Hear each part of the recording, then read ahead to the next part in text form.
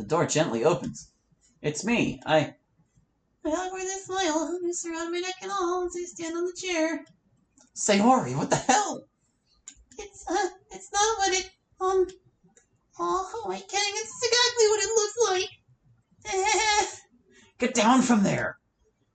Yeah, fine, but you're not going to stop me. I take off the noose and step down. What do you mean I'm not going to stop you? Sayori, you can't do this to yourself. I know I don't understand how bad it is for you, but there has to be something we can do. No, MC, I think you need there to be something you can do. Because otherwise you'd feel bad about it. And I'm sorry, I don't want to make you feel bad. That's part of why I'm doing this. Just a little, like, ripping off a band-aid for you. That's not what it's like at all. I spent a long time talking to MC about my depression. Hours and hours on into the night. He always tried to convince me that life was worth living. And I said maybe for you it is, but for me it's constant agony no matter what I do. And I can't take it anymore. And I just want the pain to stop. I want that awful voice telling me I'm worthless to go away. Even if I have to kill myself to do it. I broke my heart, but as time went by I could tell that he was losing hope and changing my mind. He had gotten a glimpse of just how big the problem was. And he knew he wasn't strong enough to solve it. No one was.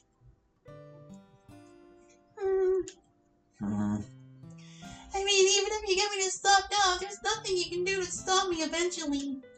I could, like, call an ambulance or a psych doctor or something. That would hurt me even worse. I'd be away from everyone and people would spend a bunch of resources trying to help me.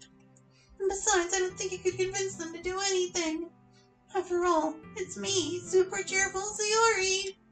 I flash an incredibly genuine, seeming cheerful smile, the kind I've fooled people with my whole life. You definitely had me fooled. I had everyone fooled. And still do, except for you. Well, I'm not giving up. There's got to be something I can do. There's nothing he can do. There's nothing you can do, MC. He should let you go. You should let me go. He should spend more time with the other girls in the literature club, like Monica.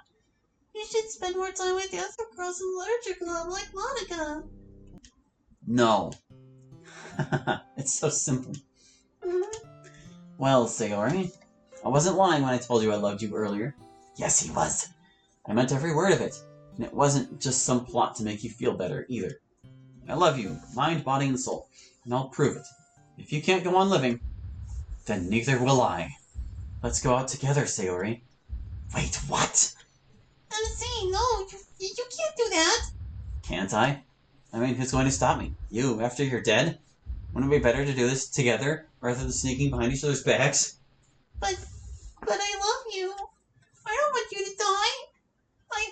I don't want you to get hurt at all. Especially not because of me. Then keep living. Stay with me in this world. Or I intend on following you to the next one. No. No. Quiet. MC, that's the nicest thing anyone's ever said to me. It's horrible, but I can't live. I just can't. MC takes a deep breath. In that case, let me have a bit of that rope. MC cuts off a length of excess rope from my coil. He doesn't know how to tie in this, though, silly boy. I do it for him. This feels sick, but it also feels like the nicest thing that's ever happened in my life. I guess that's about right for my horrible, messed up life. I don't want MC to die. It's the last thing I want. But like he says, I guess it's only fair. And if I really can't go on living, how would I even stop him? I can't stop him any more than he can stop me. And if we both decided to go, why not to go together? As he finishes securing his rope and setting up his chair, he looks at me and smiles. All doubt is instantly erased from my heart.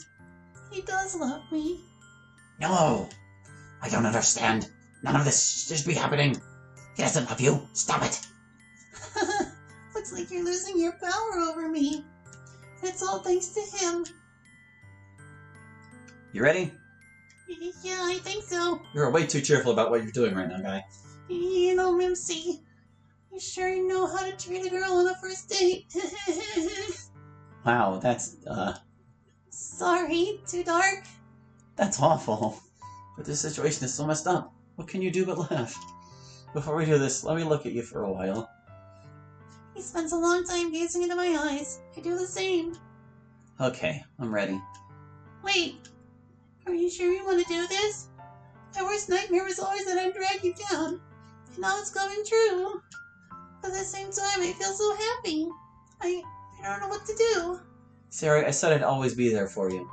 No, stop this! And I meant it, no matter if that means following you into death. No matter what. Now close your eyes. I close my eyes and fasten my noose. I hear him do the same. On 3. 1, 2... Just before we jump, he grabs my hand, lacing his fingers with mine. I hold him tight and... No! MC and Sayori's hands stay interlaced, holding tightly to each other. After a few hours, their hands grip each other incredibly tight, the nails digging into the flesh. Locked and inseparable. End. Okay, Wanagata says I need to record something for when you're done playing my mod. Yes, you do. That mod was really damaging, Sayori. Oh, that wasn't that bad. What the shit, Sayori? Dear sweet fucking god, son of a motherfucking bitch! It wasn't that bad. Alright, so obviously this mod doesn't really represent how I feel or what I really want to have happen. Good, because... And look me in the eyes right now, Sayori. I would never do that, and I would never let you do that to yourself. I would grab you and hug you, and I would keep watch over you 24/7 if I couldn't convince anyone else to help. I would never enable you like this. I know you wouldn't, silly. And I would never really be okay with you doing what I have you do in this mod. It's just a sick fantasy. Based on one of the last thoughts I had in the base game before I died. I thought something like this would be the only way I could be sure that he really loves me. And isn't just saying that to try and keep me mentally healthy. Fuck! Holy shit! Fuck! Sorry, Natsuki. Anyway, not only the club, but all of you watching and playing out there, it's just fiction! I'll reiterate that extra loud. It's just fiction! I'm alright, and so is MC. It's alright to feel okay now the icky thing is over. And again, please take this for what it is, a demonstration of a very sick mind, and not a glorification of suicide. Thanks for that, Sayori. Hopefully you all understand why we decided not to show this mod anywhere near our school. I mean, I'm sure I'd get some raised eyebrows if someone found the ship mod or the wine mod. What if someone found this mod? The police might want to talk to Sayori. Anyway, we need some way to change the mood and wash that awful taste out of our mouths. I know! Here's a joke that got cut off because the text skipped automatically. Here's a joke! What's the difference between me and a bunch of wet laundry? Well, with the wet laundry, you... Oh, right, the return button. Done. No! Fucking hell! No jokes from you, I think, Sayori. What makes you feel better after something like this is not necessarily what makes everyone else feel better. And what makes me feel better is always super dark humor. But doesn't anyone have a wholesome joke or something? I got a really bad thesaurus the other day. Not only is it terrible, it's also terrible. Ah! Yeah, that definitely didn't do anything for me. I say we let Sayori tell a dark joke, but nothing having to do with her arrest. Fair enough. Go ahead, Sayori. Awesome! Okay, so a guy goes to the doctor, and the doctor says, I have good news and bad news. And the guy says, okay, what's the good news? The doctor says, the good news is you have 2 days to live. And the guy says, wait, what's the good news? What the heck is or that's the good news? What the heck is the bad news? And the doctor says, I've been trying to reach you for 2 days. Okay, that was pretty funny. Hopefully that cleansed your brain a bit from all that awfulness. I hope so. I'm fine, Holly. Everything's fine. I did warn you it would be pretty bad. But hopefully now you can enjoy the rest of the stuff in here without feeling bad. Fuck! Although maybe Natsuki needs a little more time. Well, yeah, I can see why, like, conceptually that's really horrible, but, like, in execution, no pun intended, that's really not that bad. What else do we got in here? So that was the only season 1 mod we didn't get to see. I guess that leaves the vacation emails and like dropping in on some people. Alright, I can only imagine how many they got over an entire summer, but you know, they always limit like what they post to, so without further ado, Should I get the club together? Once we start answering emails, it'll take us a while to get through all of them. oh god. We'll call this penance for me writing interview club. Hey, it's time for summer emails. Can you all be at the plaza outside the dome in, say, 30 minutes? Yeah, sure. Is there power there? Yep, I checked. On my way now. A few minutes passed. See, Sayori, can you guys make it to the plaza? Sorry, just saw this. Yeah, we're headed over there now. How many today? A lot. Yay. Do we have to change to our uniforms? Yep, official club function. Fine. Looks like I'm the first one here. Well, I might as well explain what we're doing here in case you don't know. One of my favorite parts about the last semester has been answering emails from the real world. And we've got a ton of emails to get through. A bunch of them have been building up over summer break, so we're going to try and clear out a bit before the mailbag today. Yo! Hi, Natsuki. So anyway, yes, I have a bunch of emails queued up here, but because of time limitations, we aren't going to get to all of them. But don't worry, we're likely to get your email eventually if you contact us. And most emails we deal with the same week we get them, usually. I assume you've given them the email address already? No, haven't gotten there yet. We need to get you better at branding and view grabbing, Monica. Like this. Hey everyone, it's your girl Natsuki here. Boom, we're back at it again with another fat stack of emails. Make sure you send your emails into the Queen Monica at blah blah blah. And don't you dare leave without commenting, liking, and subscribing. Natsuki, I don't think that's, smash that like button. Destroy that like button. People, you need to install a custom-made like button on your keyboard, then rip it the fuck off and crush it to pieces! That's how you engage people with a brand, Monica. Natsuki, all those things you told people to do have absolutely zero effect on us. Yeah, but it's fun to say. Hello, Yuri. Hello, Monica. I assume the incoherent screaming was confirmed here? Sure was. Here they come.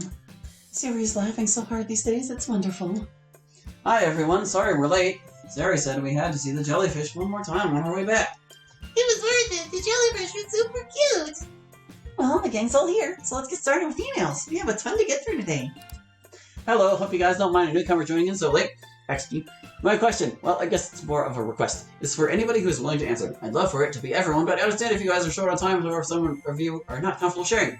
I'd like each of you, who chooses to answer, to pick one person in the room and talk about one time where they ruined your day, in a pet peeve way, not a traumatic way. Then follow it up with a story about a time when they made your day. Love you all. Oh, great question. I'll go first. And my stories will be about Natsuki. So, starting with the time Natsuki ruined my day. Oh, here we go. I'm never going to live this down, am I? Oh, sure, you kill all of us and then our entire world, but no. My thing is the thing that everyone will remember until they die. So, one day, Natsuki needed to get back into the clubroom after hours because she had forgotten her backpack and had some really important homework or something. But we got back so late that the normal entrances were all locked. So Natsuki says, hey, who cares? We can just climb the fence. Which I was reluctant to do at first, but she convinced me. You were a willing participant. But the fence is a little too tall, so I offer to give Natsuki a boost up. And she says, what are you saying, I'm too short to give you a boost? And so we argue about it for like 5 minutes, and in the end, for some reason, I agree to let her give me a boost instead. On her solemn assurance that and I quote, I got this. But dear friends, she did not got this. My hand slipped. It was just bad luck. Well, whatever happened, I fell and sprained my ankle. And I screamed so loud that school security came to make sure I wasn't being attacked. But they did get my backpack for me. Yes, that was absolutely what was most important in that scenario. Anyway, on to the good story. This was a few weeks, subjectively to us, after the incident. I was still feeling really awful. Basically the worst I've ever felt, even worse than when I was deleted. Because now I was dealing with overwhelming guilt and shame in addition to feeling trapped and unloved. It was pretty bad. I feel like that is what made me want to write that suicide program, which is now deleted. Anyway, Of everyone, Natsuki was definitely the most upset. Yuri was quietly understanding, which I really appreciated. MC was too happy just existing and being around. Sayori again to be mad. Oh, that was all once. I read that sentence wrong. Hold on a second. I need a hard retry on that. MC was too happy, just existing and being around Sayori again to be mad. There you go. I think that's there. And Sayori and I had already worked out our issues. But Natsuki was furious. It was a long time before she stopped being cold and awful to me. But one day, I come up to the club room and there's a single cupcake and this lavishly made little card that Natsuki must have handcrafted. I did. And the card just says, I forgive you, friends. And I turn around and she's right there smiling at me. I think that was the moment I finally started to heal psychologically from everything. Someone else go, I'm getting a little emotional. Alright, well, I'll tell my stories about Sayori. I actually can't think of too many times when Sayori has really ruined my day. But I'll go with the day we found out about her and Kenzo, which you already know about. Now, as to happy stories, there are so many of those. Really, it's hard to find a day that isn't made by Sayori. Aww. But I'll go with the day that it was really cold. Do you remember, Sayori? You don't need to tell them that story. Well, I'm gonna. So, it was in the winter. It doesn't snow here very often, but it did that day. And, this was during the really rough patch I was having at home. And I may have gotten a little tired and fell asleep due to really low blood sugar. When I woke up, I was freezing, sitting against some interior hallway wall in the school. But Sayori was there, and she had put her own jacket around me and was spoon-feeding me some hot thing or another. Chicken soup. That's right, chicken soup. Don't ask where she got it in the school, she just had chicken soup. I felt a lot better after I got some food in me, and Sayori really made my day. But I felt bad because Sayori caught a cold a little while after that. Worth it. You need to take care of yourself, Sayori. Oh, I was fine. And I'm good now. I would have talked about MC. Natch. Now, I could almost say that MC has never ruined my day other than dumb stuff from the base game. But there is one and only one other time that he did. So last week I was at his house, and he had some pretzels there. Wait, seriously, your story of me ruining your day is about that? So the pretzels were out in his kitchen as we go in. And a couple hours later I come down looking to have some pretzels. And he'd already eaten the pretzels! I mean, they were my pretzels. No, about the time MC made my day. You guys have probably seen a lot of the ways MC has made me happy recently. So I'll go with an older story. That was back in 2nd grade.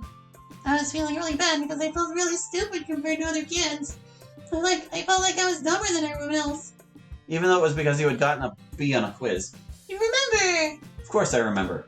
Anyway, as he could see that I felt bad, he came over to talk to me. And he spent like an hour trying to reason with me. Because he had gotten a B- on the test, so he told me there was no way I could be dumber than everyone else. It was really sweet. Not that he really convinced me or anything. I was depressed even when I was 7. But it was the fact that he was willing to spend so much time trying to make me feel better. Okay, I'm C's turn.